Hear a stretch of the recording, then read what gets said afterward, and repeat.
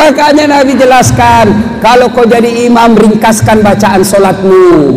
Dengar baik-baik yang suka imam di komplek ini, jangan kasih panjang. Kalau sendiri terserah. Nabi kalau sendiri sampai bengkak betis beliau, kalau sendiri. Kalau jadi imam, beliau baca surah yang pendek. Yang kedua kata Nabi, baca yang umumnya orang hafal. Supaya apa? Satu, orang bisa khusyuk ikut. Coba kalau imam baca Qul Huwallah, anak-anak pun ikut. Tapi begitu imam membaca surah Al-Ma'un atau Al-Anfal ayat 1 sampai 70, imam khusyuk dengan bacaannya, kita menghayal di belakang. Kita mau ruku, belum selesai, kita mau ikut, tidak hafal, terpaksa kita menghayal. Dibaca semua dinding, dibacalah semua dinding. Persatuan Guru Republik Indonesia. Belum selesai dibaca lagi keadaan keuangan masjid. Belum selesai, bajunya lagi orang dibaca, Pak. Dasat Latif caleg nomor 7. Oh saudara-saudara sekalian, baju yang kita pakai sholat, usahakan baju khusus dipakai sholat. Jangan sampai baju kita itu juga kita pakai ke toilet, itu juga kita pakai main futsal, itu juga kita pakai lagi sholat. Bukan salah, tapi itu bukti bahwa bapak main-main sholat. Apalagi sholat, pelajari ilmunya. Jangan sampai bapak sudah 30 tahun sholat tidak pernah belajar fikih. Dia sholat, begitu dilihat orang kasih goyang tangannya, dia kasih goyang juga. Iya. Dilihat sampingnya, ini sudah tua, akhirnya dia lebih kencang. Saya tanya, kenapa lebih kencang? Dia bilang, ini sudah tua, sudah lobet, saya masih full cas. Tidak boleh. Bagaimana sholat kita mau baik, ada faedah, kalau kita tidak tahu sholat fikihnya? Dia lihat orang takbir, Allah. Ada orang saya takbir begini, Pak. Saya tanya, kenapa dia begini? Dia bilang, saya tulis Allah.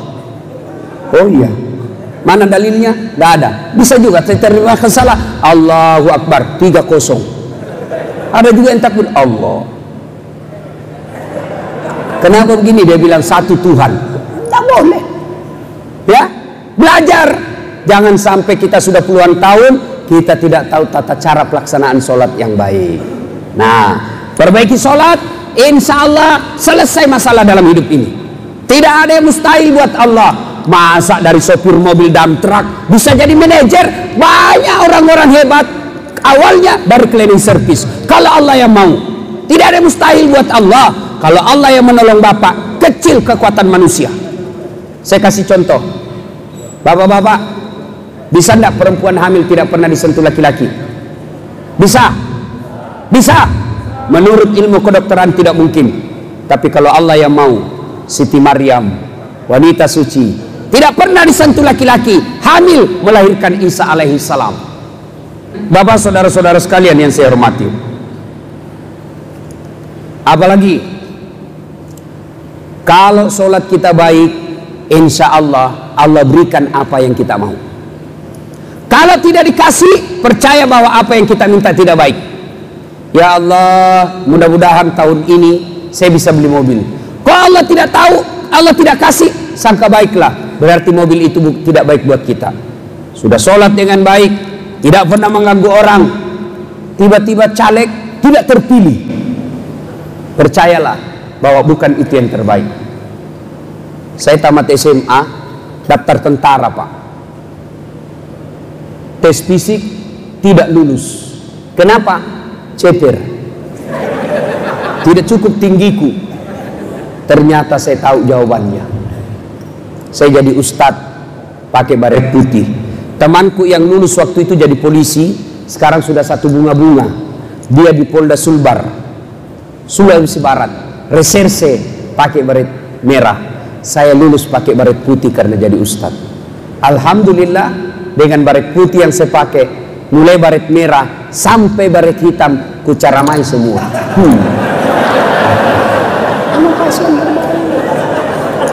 Jadi bapak dilempar di pulau ini, jangan sangka buruk. Itulah yang terbaik buat bapak. Setengah mati saya sekolah, insinyur S2. Ya Allah, kok tempatku buruk begini, terisolasi kayak Nusa Kambangan. Bersyukur Pak, itulah yang terbaik. Yang menjadi celaka, kalau bapak sudah kerja di sini, tidak punya fasilitas berdosa, lalu bapak tetap buat dosa, tidak pernah ibadah, itu paling sial.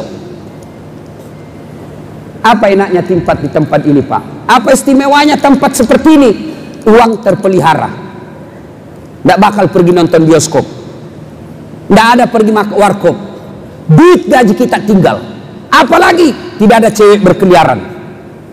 Coba kalau bapak di Makassar, baru 10 menit 10 pasang paha, kelihatan semua Pak. Mulai yang bulu sampai yang banyak bautnya, ada semua Pak. Kalau di sini, mana bapak pernah lihat perempuan kelihatan dadanya? Enggak toh, kecuali bapak share di Google. Itu berarti memang mentalnya sudah rusak. Itu enaknya tinggal, berarti itu yang terbaik. Jangan pernah sangka buruk. Tidak ada baiknya sangka buruk kepada Allah. Bersangka baiklah. Tamat SMA saya juga daftar dokter. Saya ikut UNPTN 3 kali Pak. Saya bimbingan tes. Waktu itu tamat SMA saya juara umum 2 di sekolah saya. Nilai saya terbaik 2. Saya puasa, niat nasar, kalau saya lulus, saya puasa 7 hari. Saya sholat tahajud 40 malam berturut-turut. Begitu pengumuman, tidak ada namaku. Saya protes, ya Allah, kenapa kau takdirkan saya tidak jadi lulus? Kau tidak rugi jadi Tuhan kalau saya jadi dokter? Allah luluskan saya jadi ustadz. Ternyata ustadz juga dokter. Kalau dokter klinik, dia mengobati jasmaninya. Ustadz Dasat mengobati rohaninya. Dan alhamdulillah, orang nanti di akhirat tidak masuk neraka gara-gara sakit jasmani. Kenapa masuk neraka? Saya penyakit kusta Tuhan. Nah, enggak. Kenapa masuk neraka? Ada pasariawanku. Tidak. Kenapa masuk neraka? Saya dengki. Kenapa masuk neraka? Saya sombong. Kenapa masuk neraka? Saya takabur. Itu ustadz punya obat. Alhamdulillah, saya tahu jawabannya. Kenapa saya jadi ustadz? Kenapa tidak jadi dokter? Waktu saya kuliah, karena saya waktu itu lulus di Sospol, terjadi tabrakan di Jalan Perintis Kemerdekaan. Saya pulang kuliah, tabrakan, berceceran darah di aspal. Saya turun tolong dia yang tabrakan, saya yang pingsan. Ternyata saya tidak bisa lihat darah. Allah tahu. Kira-kira kalau bahasanya malaikat, Dasat, bagaimana kau mau jadi dokter? Kau tidak bisa lihat darah. Sampai sekarang Pak, kalau saya lihat saja di YouTube, di handphone ada orang tabrakan berceceran darah, kayak mau pingsan saya Pak. Allah tahu yang terbaik. Jadi bapak tinggal di sini, itulah yang terbaik. Jangan sangka buruk. Apa kira bapak tidak berjihad di sini? Ini jihad. Jangan pikir jihad itu perang ke Palestina, perang melawan orang-orang kafir menghina Islam. Itu puncak jihad.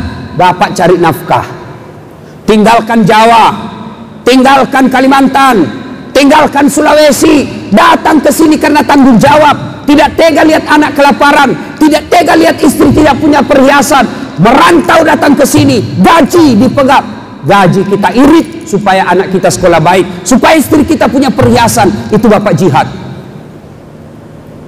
Dengan catatan sholat. Kalau tidak sholat, mati sia-sia semua itu bos. Ada yang bilang tidak penting sholat, yang penting hatimu dong. Kalau ada yang bilang hatimu saja baik, tolong tanya siapa nabinya. Nabi Muhammad paling baik hatinya, Nabi Muhammad paling luhur akhlaknya, tapi beliau tetap sholat. Nah, alhamdulillah saya lihat ini muka-muka rajin sholat semua. Alhamdulillah. Apalagi kalau subuh, penuh ini masjid Pak.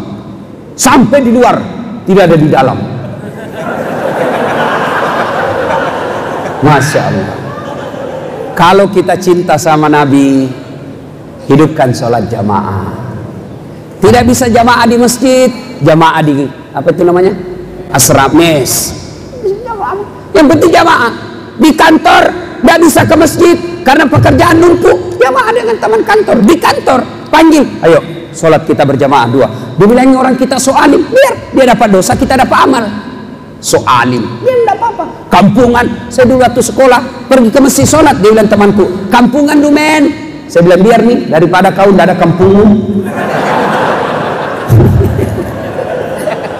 Yuk, kenapa kita malas sholat berjamaah? Karena dia tidak lihat pahalanya. Coba kalau kamu manajer umumkan, siapa yang datang sholat berjamaah di masjid, kasih bonus 500.000. Saya yakin sholat subuh jam 5, jam 2 sudah penuh masjid. Kenapa? Dia lihat pahalanya. Yang kedua, kenapa orang malas ke masjid berjamaah? Karena dia tidak tahu pahalanya. Kalau Bapak tahu pahalanya, kata Nabi, kalau kau lihat pahalanya, kau akan datang ke masjid walau kau dalam keadaan merangkak, ngesot. Apa pahala berjamaah? 1, Bapak wudhu dulu, lalu ke masjid, melangkah kaki kanan 1 pahala, langkah kaki kiri gugur dosa kecilnya. Jadi kalau Bapak punya rumah dari mes ke masjid 200 meter, PP 400 meter, langkah kaki kanan 1 pahala, langkah kaki kiri dosa kecilnya dihapus. Apalagi pahala berjamaah.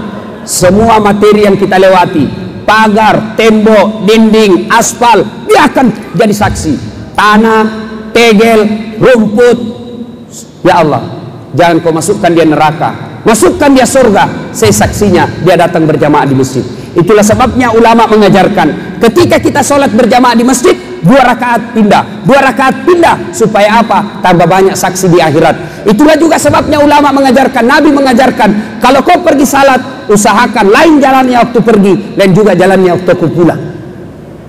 Yang juga salah paham, sudah dengar hadis ini, oh dia pergi kampung dulu, baru dia datang. Sudah selesai orang sholat bos, beleng-beleng namanya itu.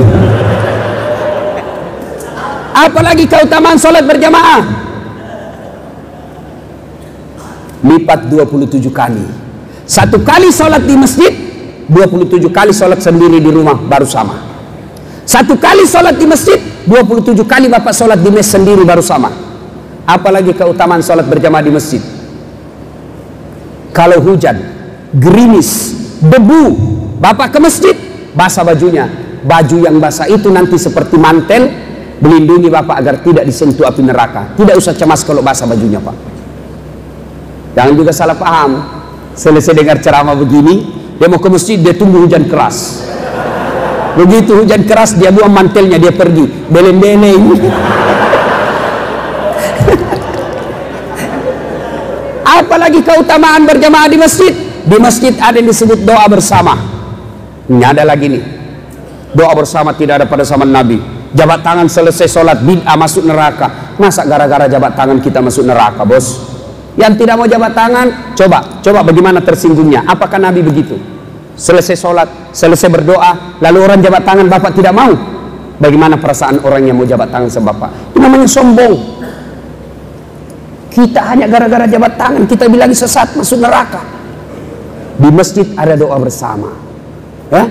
Barangkali Bapak dosa banyak, tidak tahu berdoa, ada imam, paham agama, dia mengaminkan, di belakang anak yatim, orang miskin teraniaya, alim ulama baca doa.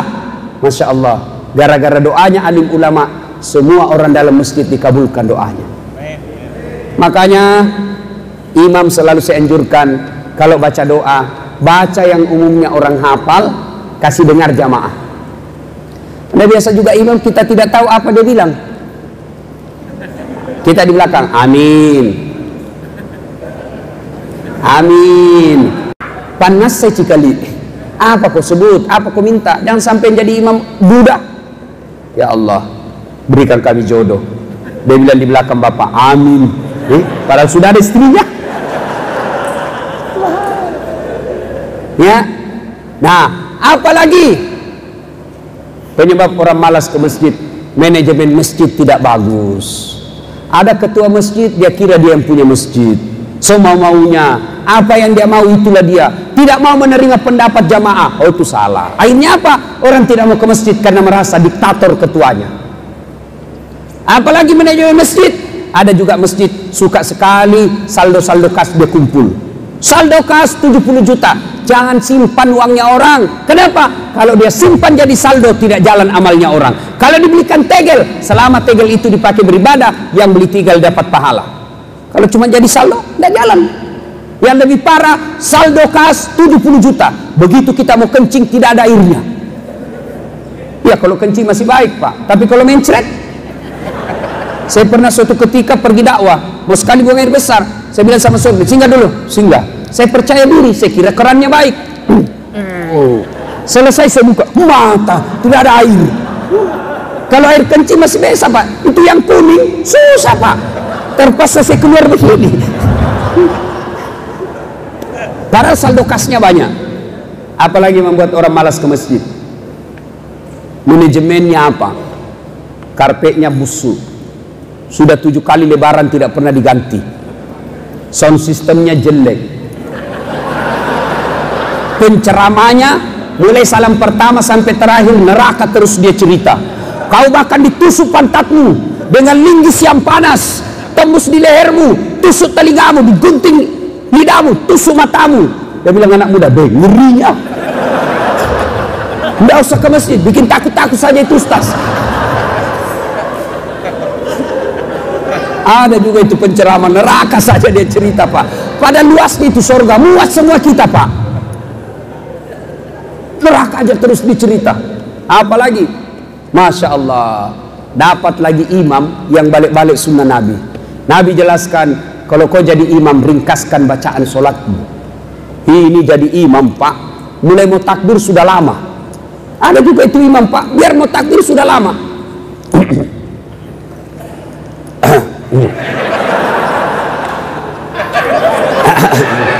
Apa nak kau tinggal lagi kan itu selesai. Ada sih apa lagi?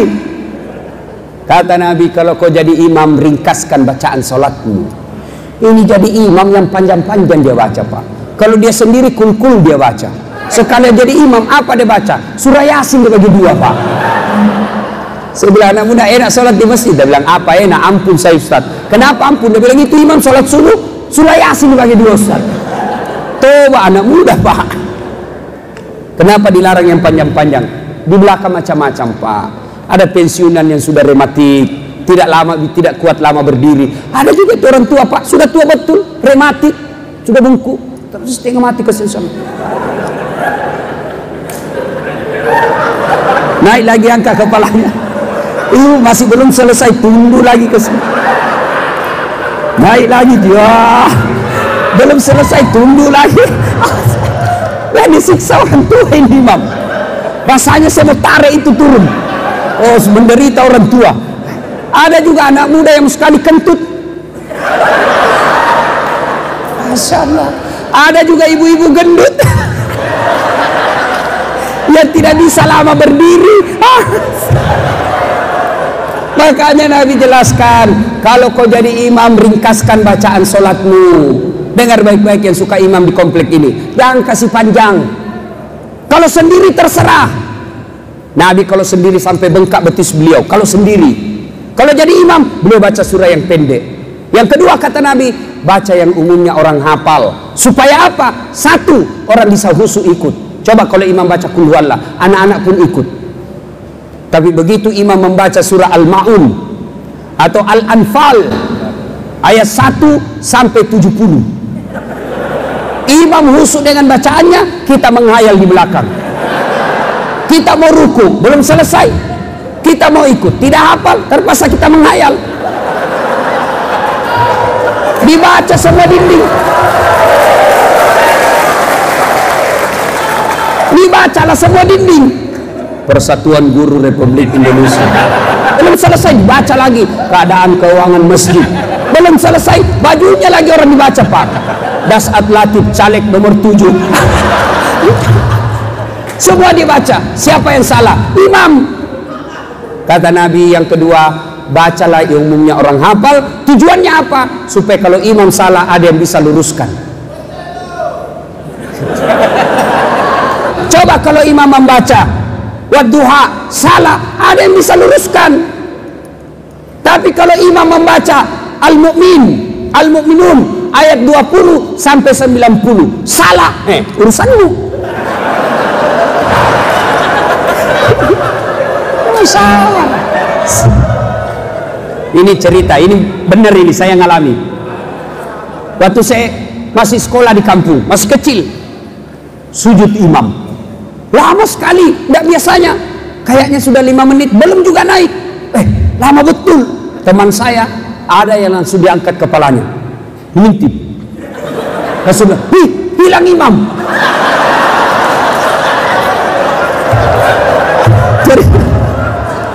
Ternyata yang mimpin sholat sudah keluar, Pak. Selesai sholat ditanya, Pak Imam, kenapa Bapak tinggalkan? Dia bilang, saya kentut nggak? Batal saya punya sholat, makanya saya tinggalkan. Saya bilang, Pak Imam, lain kali kalau batal kasih naik kepalanya orang supaya dilihat ada darurat. Apa jawabannya? Saya sengaja, nak, saya malu kau lihat. Kacau sholat, ya, kacau. Akhirnya Pak bubar sholat, kacau. Siapa yang salah? Siapa yang salah? Siapa yang salah? Imam. Makanya kalau imam salah, bubar jamaah. Kalau imam salah, kacau sholat kita. Makmum, siapa saja boleh jadi makmum. Orang pintar sampai orang bodoh boleh jadi makmum. Orang kaya sampai orang miskin boleh jadi makmum. Anak-anak belum balik sampai dewasa boleh jadi makmum. Tapi imam, hati-hati, tidak boleh sembarang jadi imam. Dalam fikih sholat jamaah tidak boleh sembarang jadi imam. Kalau salah imam, kacau jamaah.